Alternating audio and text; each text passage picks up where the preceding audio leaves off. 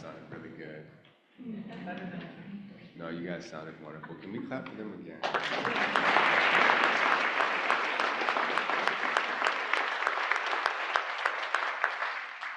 Sometimes I forget I'm not a congregant. I was just back here feeling it, so thank you.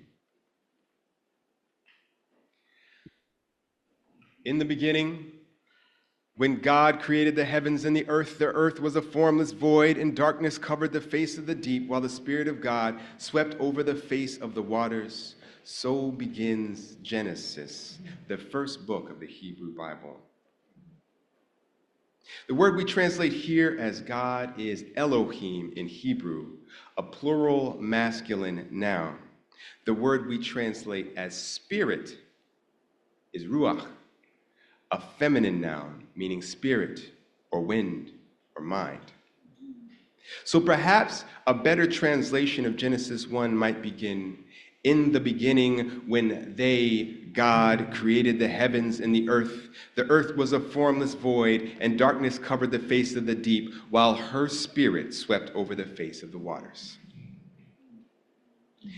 In the Hebrew Bible, this particular revelation of this God revealing God's self to God's chosen people, the first thing that this God wants us to know is that the earth is created and God is non-binary. God's pronouns are her, him, they, them. God is genderqueer. That's how the Bible begins.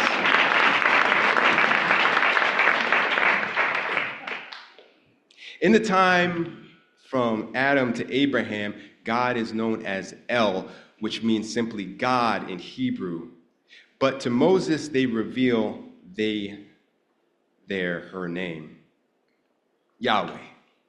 By the end of the Torah, Yahweh has established themselves as a complex character. Yahweh is loving, benevolent, and extremely jealous. Creator of incredible beauty and capable of incredible violence. Flooding the world and giving it rainbows, rescuing those held in bondage, and sinking armies of human soldiers. Origin of all peace, and military leader, riding to battle with Israel from atop the mercy seat to aid them directly in combat. Yahweh is gentle mother, watchful father, jealous lover, and warrior of smoke, fire, and lightning. The Hebrew Bible, or the Old Testament, as Christians call it, is not one book. It is an anthology of many written works.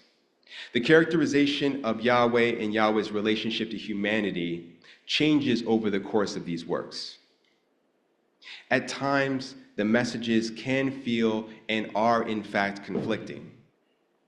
No matter what you believe or don't believe about the inspiration behind the Bible, it was written over more than 1,000 years by many different authors, which inevitably complicates clarity of message. So can we, UUCA, use the biblical text to arrive at some useful contemporary understanding of the divine, something applicable to the trials of now?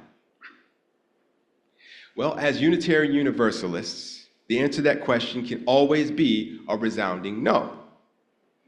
We've learned as a faith that living in beloved community, being good, being holy even, does not require any adherence to or acceptance of the Bible. We say the requirements of belonging to this community at the beginning of every service. Love is the spirit of our people. Service is our call. To build the beloved community, to seek fuller truths in love, to dwell together in peace, to offer aid and affirmation, and to live for one another. This is our covenant. That's it. That's who we are. That's what we require. And that's plenty. So no, though the Bible is one of the historical and contemporary sources of our faith, it does not have to be a source of faith for you. However, if we abandon even basic biblical familiarity, we may lack a defense against its misuse by those who would use the Bible to justify harm. So now in the Bible, there are themes, certain stories and elements that are either repeated or referenced throughout the text. Within some of these marker stories and elements are passages that have been used to harm others and or subjugate vulnerable groups, ethnic minorities, women, LGBTQIA+ individuals, among others. These passages are what liberal theologians refer to as texts of terror. One of the most infamous is the story of Sodom and Gomorrah. The way that story is traditionally taught, or commonly taught, namely that Yahweh destroys Sodom and Gomorrah because of their embrace of homosexuality, is a complete misreading and gross misunderstanding of that text. A text that is, in fact, very applicable to right now. In the story, Yahweh wishes to destroy Sodom and Gomorrah because of the wickedness of those cities. But Abraham convinces God to send 2 male-presenting angels on a fact-finding mission. Upon arrival, they contact Lot, a relative of Abraham, who convinces the angels to stay at his home instead of the town square, not Times Square. Different square. Instead of the town square because of its dangers. Then the Bible, Genesis 19, says, before they laid down, the men of the city surrounded the house, and they called to Lot, where are the men who came to you tonight? Bring us out to them so that we might know them. Know here being a euphemism for sexual assault. Lot blocks the door, responding, I have 2 daughters. Let me bring them out to you, and do with them as you please. Only do nothing to these men, for they have come under the shelter of my roof. But the crowd is only angered further, saying, Lot, you came here as a foreigner, and you would play the judge? Now we will deal worse with you than with them. But the angels change the crowd's vision so that they cannot see the door of the house, and in the morning they escape. Only Lot and his 2 daughters survive as the city burns behind them. Even Lot's wife is turned into a pillar of salt for looking back at the doomed city. Now, before we get to the larger point, I want to address a problematic portion of the text that doesn't get enough attention, in my opinion, by even liberal theologians. It's problematic beyond even Lot's wife being turned into a pillar of salt, which is problematic enough. Parentheses, if you read the story, there's never a part where Lot tells his wife what's going on. Right? Anyway. So when Lot is eventually saved by the angels, he escapes with nothing but the clothes on his back and his nuclear family. His house, his livelihood, all of his property, his possessions, they're gone. Now, preachers miss this. They missed it when I was coming up. But I always wondered why, even in Yahweh's favor, Lot's escape leaves him broke and homeless. I believe that this destitution takes place because Lot offered his daughters to the mob with a clear risk of sexual assault. I think Yahweh has a problem with that. So Yahweh is shown as keeping her word while enacting their great displeasure. Lot is bodily saved, but ruined for his treatment of his daughters. Now, my entire life and lifetimes before, this story has been used as evidence that God hates gay men. Yet this passage has nothing to do with loving or consensual erotic relationships between men.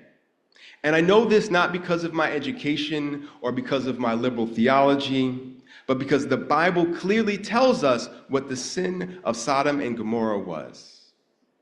Failure to treat the foreigner and the vulnerable with dignity, hospitality, and respect. You can see it in the passage itself. When Lot refuses the mob, the first thing they do is they latch onto his foreignness. You arrived here as a foreigner, Lot, and now you want to judge us? Oh, we gonna deal with you. The angel's gender was never at issue. What was the fact that the angels were foreigners, strangers, aliens targeted for violence. The Bible is complex and Yahweh is complicated. But on this subject, the treatment of foreigners, they have very clear rules stated time and time again. Exodus 22:21, do not ill-treat or oppress a foreigner, for you were foreigners in Egypt. Exodus 23:29, do not oppress the foreigner. Leviticus 19:13, when a foreigner resides among you in your land, do not ill-treat them. Numbers 15:15, the community is to have the same rules for you and the foreigner residing among you. You and the foreigner are the same before Yahweh. Deuteronomy 24:17, do not deprive the foreigner or the fatherless of justice. Ezekiel 16:49, now this was the sin of Sodom. They were arrogant, overfed, and unconcerned. They did not help the poor and the needy. We can even go to the New Testament, the words of Yeshua of Nazareth, aka Jesus.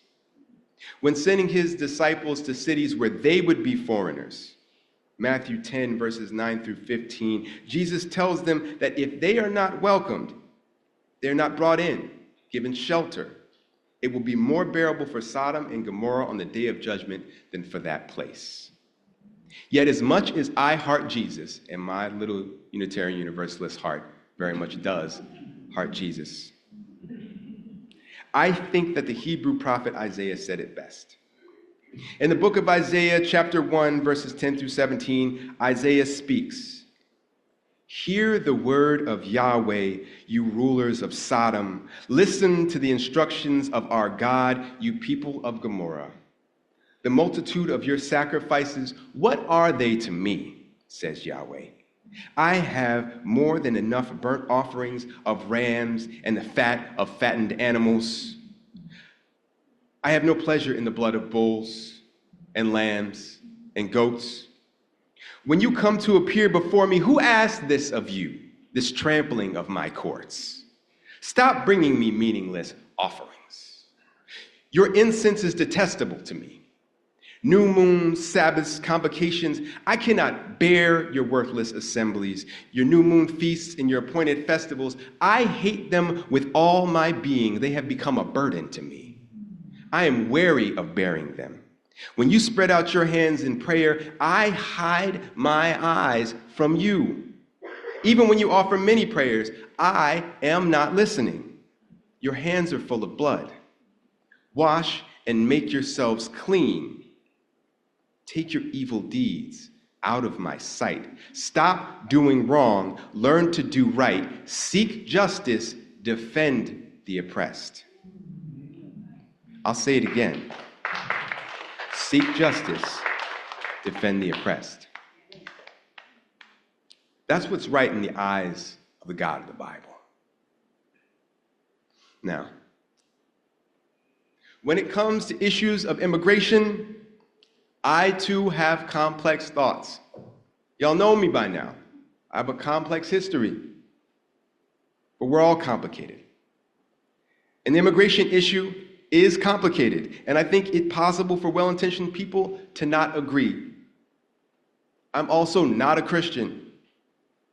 But when I see powerful people who publicly proclaim to be Christians, implementing policies that target people who don't conform to their ideas of gender, championing policies of public intimidation and mass arrest on foreign migrants, I admit to being confused about that. What Bible are they reading?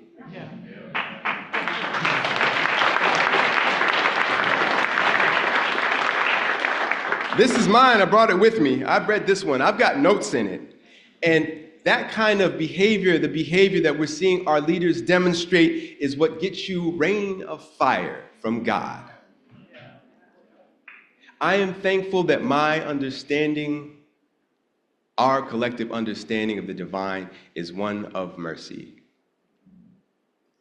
I don't want to see the wrathful Hebrew Bible version of God.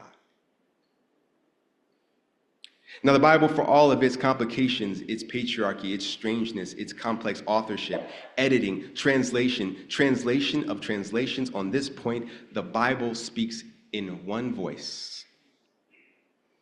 The genderqueer God, Yahweh, demands that the foreigner is not to be oppressed. Those in need of shelter should receive shelter, no matter their immigration status. And the vulnerable are to be defended. To do anything else is something, but it's certainly not biblical. It's not Christian, and it's not Unitarian Universalist. Amen. Now, I know there's a lot of ambient fear and anger at current events, but I want to push back on that. I'm going to keep on pushing back on that. Hold your people close, but don't give in to the fear, the despair, the craziness, okay?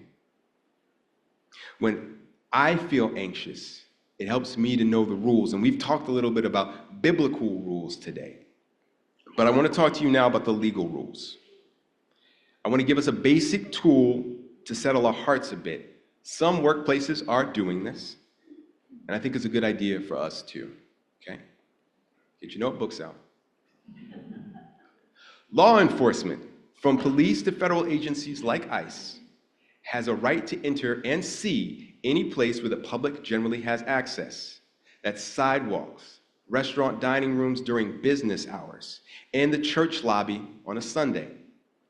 Law enforcement generally has a right to ask for identification.